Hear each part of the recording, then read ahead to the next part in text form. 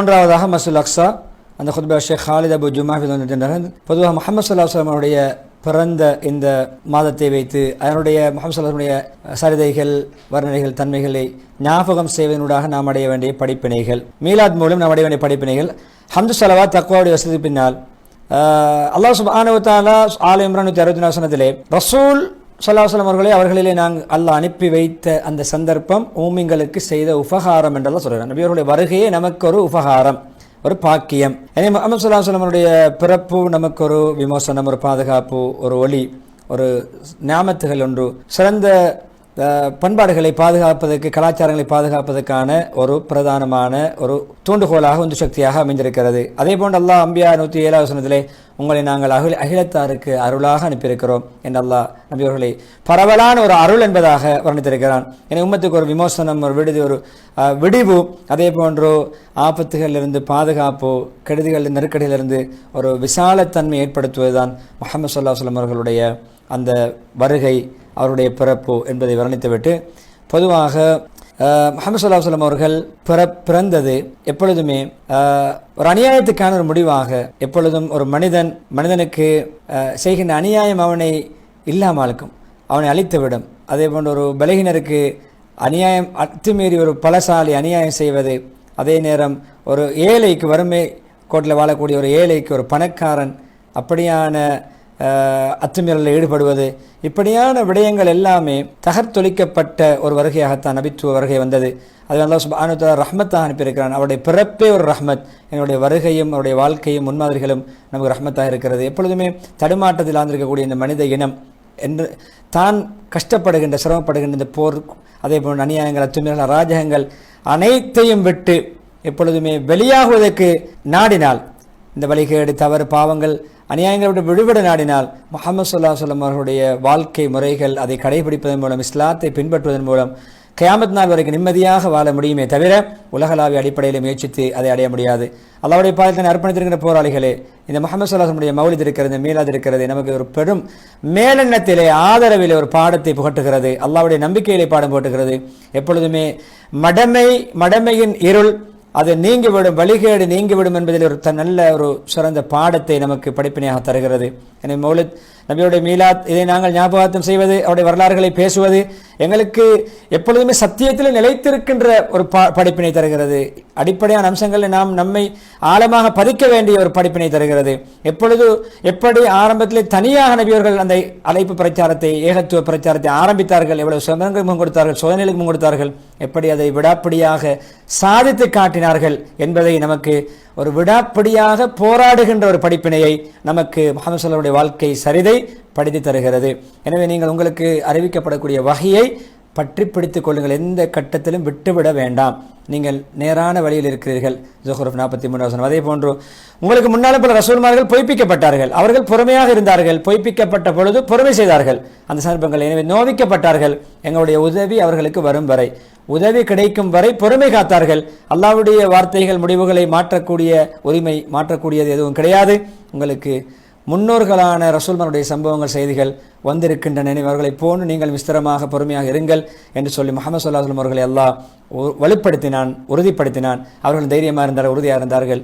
கடுமையாக பூமி அதிர்ச்சி ஏற்படுவது என்று அவர்கள் அப்படியே குலுக்கப்பட்டார்கள், உசுப்பப்பட்டார்கள் என்றாலும் விடாப்பிடியாக இருந்தார்கள், உதவியை பெற்றுக் கொண்டார்கள், கஷ்டங்களுக்கு முகம் கொடுத்தார்கள், சவால்களை முறியடித்தார்கள். அவர்கள் வசதி வாய்ப்புகளையும் கண்ணியங்களையும் எதிரிகளுக்கு அழிவு நாசங்களையும் அல்லாஹ் உண்டு பண்ணினான். இவர்களுடைய ஸ்திரப்போக்கு ஈட்டிலே வெற்றியை பெற்று தந்தது. எனவே அல்லாஹ் சுப்ஹானஹு வ தஆலா மோமின்களை நீங்கள் இருக்கின்றபடி அப்படியே கைவிட்டு விட மாட்டான், மோமின்களை தன்னுடைய பாட்டில் விட்டுவிட மாட்டான்.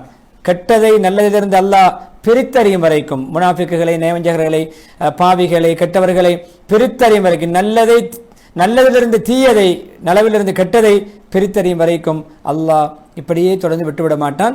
பிரித்தறிவதற்குத்தான் இப்படியான சோதனைகள். ஆல இம்ரான் 199. எனவே பொறுமைசாலிகளே, பலஸ்தீன் பூமியிலே வாழுகின்ற பொறுமைசாலிகளே, மஸ்ஜிதுல் அக்ஸாவுடைய பூமியிலே வாழ்கின்ற பொறுமைசாலிகளே, இதை முஹம்மது ஸல்லல்லாஹு அலைஹி வஸல்லம் மீலாதுடைய அந்த ஞாபகம் நமக்கு இப்படி பொறுமையை ஊட்டுகிறது, நம்முடைய மனத்தை தைரியப்படுத்துகிறது, பக்கபலப்படுத்துகிறது, உறுதிப்படுத்துகிறது, எப்பொழுதுமே ஸ்திரமான ஒரு தன்மையை நமக்கு புகட்டுகிறது.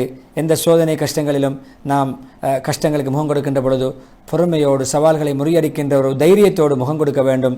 எனவே சோதனைகள் நமக்கு நன்கொடைதான், அல்லாஹ்வுடைய சோதனைகளும் சிரமங்களும் நமக்கு அருட்கொடைகள் தான் என்ற பாடத்தை புகட்டுகின்றன என்று சொல்லி முதலாவது ஹுத்பாவிலே இறுதிக்கட்டத்திலே தொழுகையாளிகளே நமக்கு நபி ஸல்லல்லாஹு அலைஹி வஸல்லம் மீலாதுடைய ஞாபகத்திலே ஒரு மகத்தான பாடம், அதை நாங்கள் சரியாக புரிந்து கொள்ள வேண்டும். அது ஈமான் தான் அனைத்து உதவிக்கும் அடிப்படை, வெற்றிக்கு அடிப்படை, உயர்வுக்கு அடிப்படை, கண்ணியத்துக்கு அடிப்படை. சீரமைவதற்கு ஈமான் தேவை, நல்ல வசதியான வாழ்க்கை கிடைப்பதற்கு ஈமான் தேவை என்ற புரிதல் நமக்கு அவசியம். அதுதான் முஹம்மது ஸல்லல்லாஹு அலைஹி வஸல்லம் சீராவிலே மீலாதிலே நாம் படிக்க வேண்டிய பிரதானமான பாடம். எனவே சொன்னார் நபி ஸல்லல்லாஹு அலைஹி வஸல்லம் அவர்கள், நான் அல்லாஹ்வுடைய அடிமை, அல்லாஹ்வுடைய அடியான், நபிமார்களின் இறுதி முத்திரை.